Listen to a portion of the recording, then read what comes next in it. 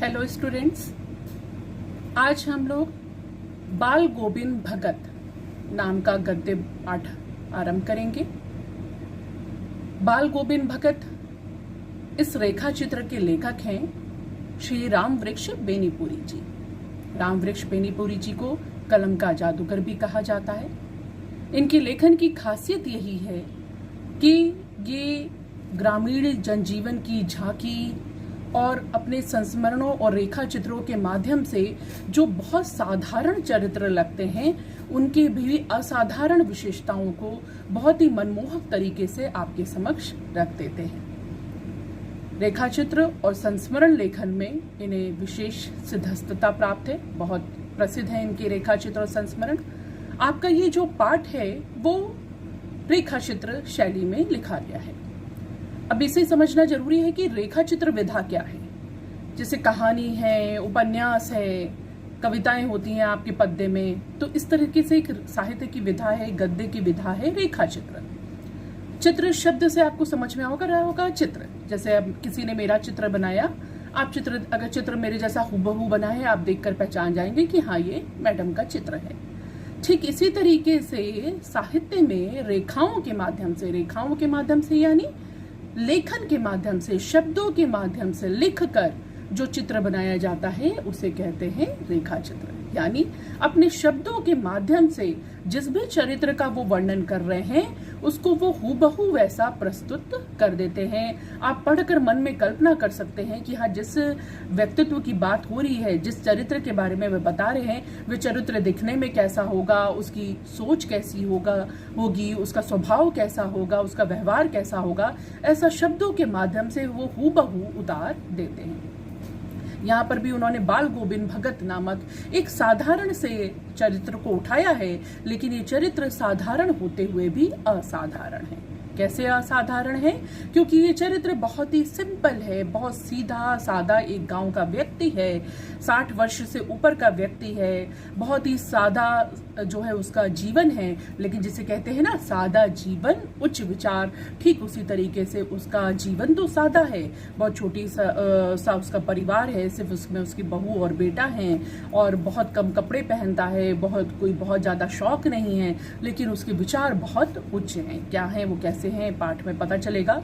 तो पाठ का प्रारंभ होता है पहले उसके शारीरिक उस पे रूप, रंग और कैसा उसका है वो शब्दों के माध्यम से देखिए उन्होंने चित्र प्रस्तुत किया है कि कैसे दिखते हैं बाल गोविंद भगत। बाल गोविंद भगत मंझोले कद के यानी ना बहुत अधिक लंबे और ना बहुत नाटे, बीच बीच के कद के गोरे चिट्टे आदमी थे, यानी रंग साफ था। 60 से ऊपर के ही रहे होंगे, यानी लेखक अनुमान लगा रहा है कि उनकी उम्र देखकर लगता है कि वो 60 से ऊपर के होंगे। बाल पक गए थे, लंबी दाढ़ी या जटाजूट तो नहीं रखते थे। अब साधु थे तो इसका कहने का मतलब ये नहीं कि साधुओं की तरह लंबी दाढ़ी या जटाजूट रखते थे, किंतु हमेशा उनका चेहरा सफेद बालों से ही जगमग किए रहता था। यानी छोटी सी दाढ़ी होती थी वो भी सफेद होती थी, और ऊपर जो बाल होते थे वो भी सफेद होते थे। कपड़े बिल्कुल कम पहनते थे।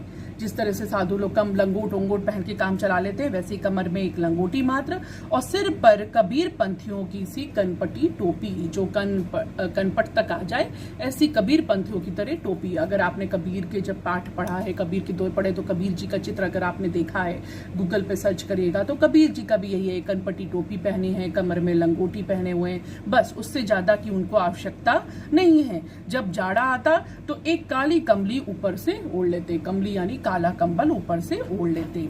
मस्तक पर हमेशा चमकता हुआ रामानंदी चंदन, और नाक के जो कि नाक के एक छोर से औरतों के टीके की तरह शुरू होता, नाक के एक छोर से लेकर औरतों के टीके तक।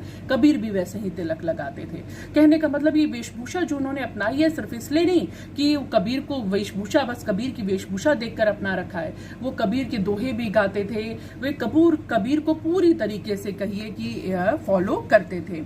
जब जाड़ा आता तो काली कमली ऊपर से ले लेते थे, है ना। गले में तुलसी के जड़ों की एक बेडोल माला, तो माला कोई मोतियों की माला नहीं होती थी, बल्कि तुलसी जो पौधा होता है ना जिसकी हम पूजा करते हैं, उस तुलसी के जड़ों की एक बेडोल सी माला बांधे रहते थे।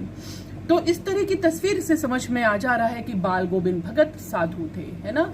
लेकिन साधु होने का मतलब ये नहीं है कि उन्होंने जंगल में रहते थे, सन्यास है, या उनका अपना परिवार नहीं है, परिवार वर त्याग दिया है। यहाँ यही बता रहे हैं उनके व्यक्तित्व की विशेषता कि उनके साधु होते हुए भी वे गृहस्थ थे। उनकी गृहिणी की मुझे याद नहीं, अर्थात उनकी पत्नी की मृत्यु हो चुकी थी, जिसे कि लेखक नहीं जानता। लेकिन अभी जब प्रेजेंट टाइम में लेखक उनका चित्रण कर रहा है, तब उनके बेटे और पतोहू को लेखक ने देखा था। पतोहू यानी बहू को। थोड़ी खेती बाड़ी भी थी और एक अच्छा सा साफ सुथरा सा मकान था, यानी गृहस्थ थे। गृहस्थ धर्म का पालन करते हुए भी वे विचारों से क्या थे? साधु थे। वो भोगी नहीं थे, उन्हें जरूरत से ज्यादा नहीं चाहिए था। जिससे उनका काम चल जाए उसी तरीके के विचारों से वे अपना जीवन व्यतीत करते थे।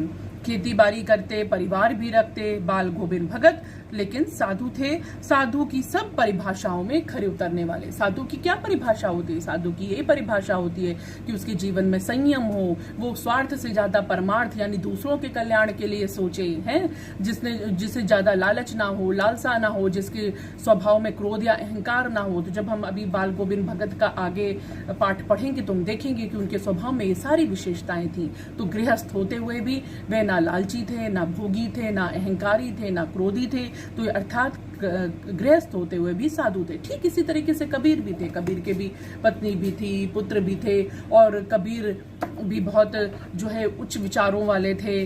उनके विचार तो आज के जमाने में भी प्रगतिशील माने जाते हैं। तो ये पूरी तरीके से कबीर को फॉलो करने वाले थे, कबीर के अनुयायी थे, कबीर को साहब मानते थे, उन्हीं के गीतों को गाते थे। कबीर ने जो दोहे और पद लिखे हैं उनको वो गाते रहते थे, उन्हीं के आदेशों पर चलते, कभी झूठ नहीं बोलते, खरा व्यवहार करते, यानी बिल्कुल सीधा व्यवहार। आपको बुरा लगे या भला लगे, लेकिन दो टूक बात करने में संकोच नहीं करते। लेकिन इसका मतलब ये नहीं कि झगड़ालू थे, खामा का किसी से उलझते भी नहीं थे, किसी की चीज को बिना पूछे छूते नहीं थे, कि बिना पूछे व्यवहार में नहीं लाते थे।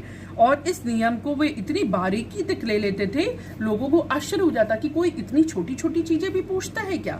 जैसे लेखक ने बताया है कि अगर वे एक दूसरे के खेत में शौच के लिए भी कभी नहीं बैठते थे। भाई पुराने समय में और अभी भी कई गांवों में शौचालय की व्यवस्था नहीं है, सरकार करवा रही है, लेकिन गांवों में लोग बाग जो है शौच करने के लिए खेतों के किनारे इधर उधर जाते हैं। तो कह रहे हैं कि वो इतने ज्यादा इस नियम का पालन करते थे कि बिना पूछे जो है शौच औच के लिए दूसरों के खेतों तक की तरफ भी नहीं जाते थे। वे गृहस्थ थे, लेकिन उनकी सब चीज क्या थी? साहब की थी, यानी कबीर की थी। जो कुछ खेत में पैदा होता, सिर पर लाद कर पहले उसे साहब के दरबार में ले जाते, जो कि उनके घर से 4 कोस दूर पर था। एक कबीर पंथी मठ था, मतलब वही उसे साहब का दरबार वे कहते थे। उस दरबार में भेंट रूप में रख लिया जाता और उससे थोड़ा भेंट में रख लिया जाता, बाकी उन्हें प्रसाद रूप में वापस दे दिया जाता। उससे वो साहब का प्रसाद मानकर घर ले आते और उसी से अपनी गुजर बसर करते। यानी कमाया खुद था, पैदा खुद किया था, लेकिन उसे वो अपना नहीं मानते थे, कहते थे ये तो साहब का प्रसाद है, उनकी कृपा से प्राप्त हुआ है। इन सब के ऊपर लेखक जो है क्या था? मुग्ध था, और सबसे ज्यादा मुग्ध था उनके मुग्ध गान पर, जो सदा सर्वदा ही सुनने को मिलता। कबीर के वे सीधे सादे पद जो कबीर ने लिखे हैं, कबीर को आपको मालूम होगा कि कबीर अनपढ़ थे, उन्होंने कोई बड़े साहित्यकार नहीं थे, लेकिन वो बड़े साहित्यकार, अमर साहित्यकार इसीलिए बने कि उन्होंने बड़ी सरलता